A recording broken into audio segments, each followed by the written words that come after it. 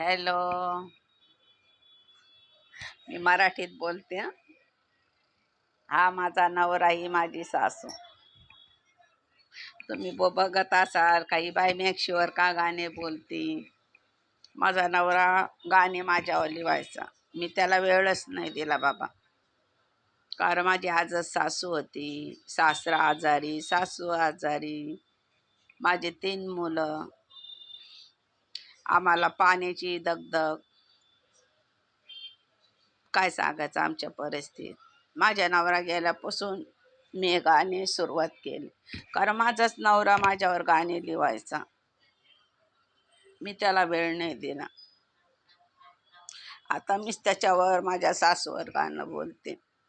तुम्ही म्हणत असा ही बाय मॅक्शीवरच का गाणं बोलते. मला असं साधे पण आवडतं. मला साधं राहणं. उद्या परवा माझ्या धीरजचा बड्डे. तर उद्याचा दिवस माझ्या लय संकटाचा होता. माझी सासू रक्ताच्या उलट्या करायची, माझा सासऱ्याचे हातपाय सडलेले, करत खायला नाही. माझी आजच सासू माझ्याकडे बघायची, सुशे ही मुलगी का अशी करती, सुशे ही मुलगी का अशी करती, बघ बरं. माझी सासू पटकन उठली. काय ग, काय झालं तुला. भले काय नाही आतू, माझ्या पोटात दुखतंय. माझी सासू केम हॉस्पिटलला घेऊन गेली. ते बनत होतं, पण माझी सासू बोलली या मुलीला ॲडमिट करा, मी भरपूर आजारी. म्हणा आई हे दवाखाना बनतोय, मी कुठं ठेवू यांना. म्हणा मी केमला जाणार नाही, मला केम हॉस्पिटल आवडत नाही.